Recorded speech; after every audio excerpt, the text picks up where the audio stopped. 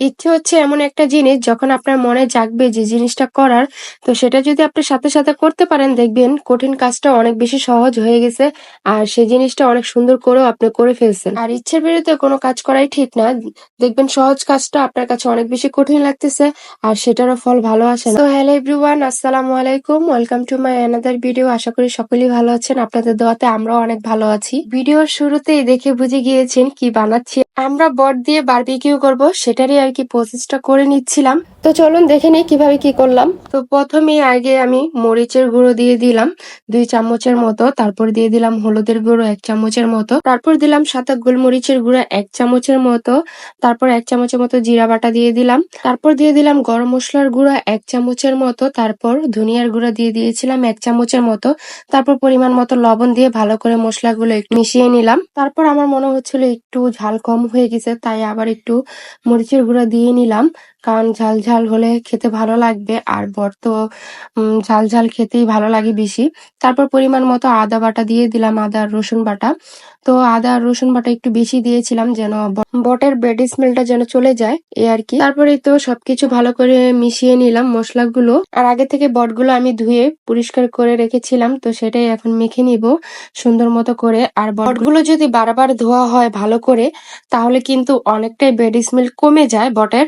তাই বিশেষ করে বটগুলো বারবারই ধুয়ে নিবেন, দেখবেন এমনিতে অনেকটা কমে গেছে ব্যাড স্মেলটা বটের। তারপর মশলার সাথে ভালো করে মিশিয়ে নিলাম বটগুলো, তারপর দিয়ে দিলাম বারবিকিউর মশলা, এটাতে অনেক সুন্দর একটা ঘ্রাণ আসবে, তো খেতেও অনেক বেশি ভালো লাগবে। তারপর ভালো করে মেখে বটগুলো কিছুক্ষণের জন্য রেস্টে রেখে দিব, যেন মশলাগুলো বটের ভিতরে ঢুকে যায়, তাহলে খেতে কিন্তু আরো বেশি ভালো লাগবে। তো ভিডিওর শুরুতে তো বললাম যে ইচ্ছে হচ্ছে এমন একটা জিনিস যখন আপনার মনে ইচ্ছে জাগবে সেটা যদি আপনি করতে পারেন, সেটা কঠিন কাজ হলেও কিন্তু অনেক বেশি সহজ মনে হবে। এই কথাটা বলার কারণ হচ্ছে কিছুদিন আগে আমাদের দেশের অবস্থা অনেক বেশি খারাপ ছিল, তো নেট সবকিছু বন্ধ ছিল।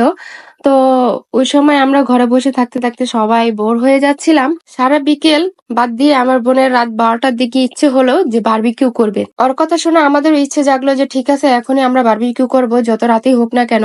তো এদিকে আম্মু চিল্লাচ্ছিল যে রাত বাজে 12টা, এখন তোরা কি বারবিকিউ করবি? যেহেতু ইচ্ছে হয়েছে বারবিকিউ করার, এটা তো আমরা করেই ছাড়বো যত রাতেই হোক না কেন। তো এখন বারবিকিউ করবে, তো ঘরে তো মুরগির মাংস ছিল না, তো কি আর করার। তার বাজারও বন্ধ ছিল, তো আম্মু বলছিল যে কালকে করিস এনে।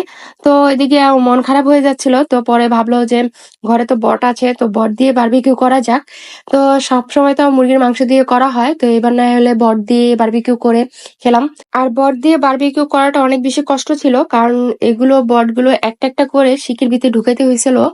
তো ইচ্ছে যদি না জাগতো সেদিন আর কি এই কষ্টের কাজটা কখনোই আর কি সহজভাবে আমরা করে নিতে পারতাম না। সেটা যদি পরের দিন করা হতো তাহলে এই কাজটা একদমই করা হতো না, তখন এগুলো এভাবেই রেখে দিতাম। তাই বললাম ইচ্ছে যখন জাগে মানুষের, তখন যদি সেটা সাথে সাথে করা যায়, সেটা যতই কঠিন কাজ হোক না কেন সেটা অনেক বেশি সহজ আর অনেক বেশি সুন্দর করে করা যায়। ইচ্ছের বিরুদ্ধে যে কোনো জিনিসই করলে অনেক বেশি কঠিন মনে হয়। তো যাই হোক, এদিকে বটগুলো তো মেরিনেট করে রেখেছিলাম, তো সেইগুলো শিকের ভিতরে ঢুকিয়ে নিলাম। তো সবকিছু গুছিয়ে উপরে চলে আসলাম ছাদে। আর উপরে এসে দেখে আমার জামা অলরেডি চুলা বানিয়ে ফেলছে। তো এদিকে কেরোসিন ঢেলে দিচ্ছিল আর কি কয়লাগুলোতে।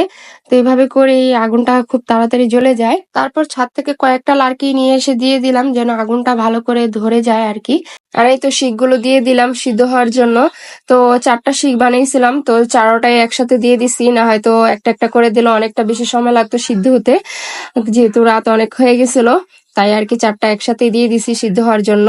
আর বারবিকিউ করতে গেলে কিন্তু অনেক বেশি ঝামেলা হয়, মানে অনেক বেশি কষ্ট করতে হয় আর কি। এই যে কিছুক্ষণ পর পর কয়লাগুলো নিভে যায়, তো সেগুলো আবার বাতাস করে জ্বালাই দিতে হয় আর কি। আর এদিকে অনেক বেশি ধোঁয়া ছুটতেছিল, তার জন্য আমি এখান থেকে উঠে গেছিলাম আর কি সামনে থেকে। তো এদিকে আমার জামাই সবকিছু করতেছিল, তো এদিকে বাতাস করতেছিল কিছুক্ষণ পর পর, না হলে তো ওই যে আগুনগুলো নিভে যাবে, তাই আর কি। আর একটু পর পর আর কি উল্টে পাল্টে দিচ্ছিল সিদ্ধ হওয়ার জন্য, যেন পুরোপুরি ভাবে সিদ্ধ হয়ে যায়। আর ছাদের উপরে যাই নাই আর কি, নিচের জায়গাটাতেই করতেছিলাম আর কি, আমার ঘরের একটু সামনেই। কারণ ছাদে অনেক বেশি বাতাস ছিল সেদিন, তাই আর কি ওখানে যাইনি ছাদের উপরে। আর আরেকটা জিনিসও ভয় পাইতেছিলাম, কারণ হেলিকপ্টার দিয়ে বাড়াবাড়ি রাউন্ড দিচ্ছিল। তো ভাবতেছিলাম যদি তারা দেখে উপর থেকে আগুন টাগুনের কিছু একটা, তো তখন আবার আমাদের উপরে কিছু হামলা করে। তো সেই ভয়ে আর কি ছাদেও যাওয়া হয়নি। আর যেহেতু রাত 1:30টার মতো বাজতেছিল তাই আর কি ছাদে যাইনি, কারণ কখন কি হয়ে যায় সেটা তো আর বলা যায় না। আর আব্বু আম্মু মানা করছিল যে ছাদে যেয়ে করতে, তো ছাদের নিচেই করতে বলতেছিল, তাই আর কি এখানে করা।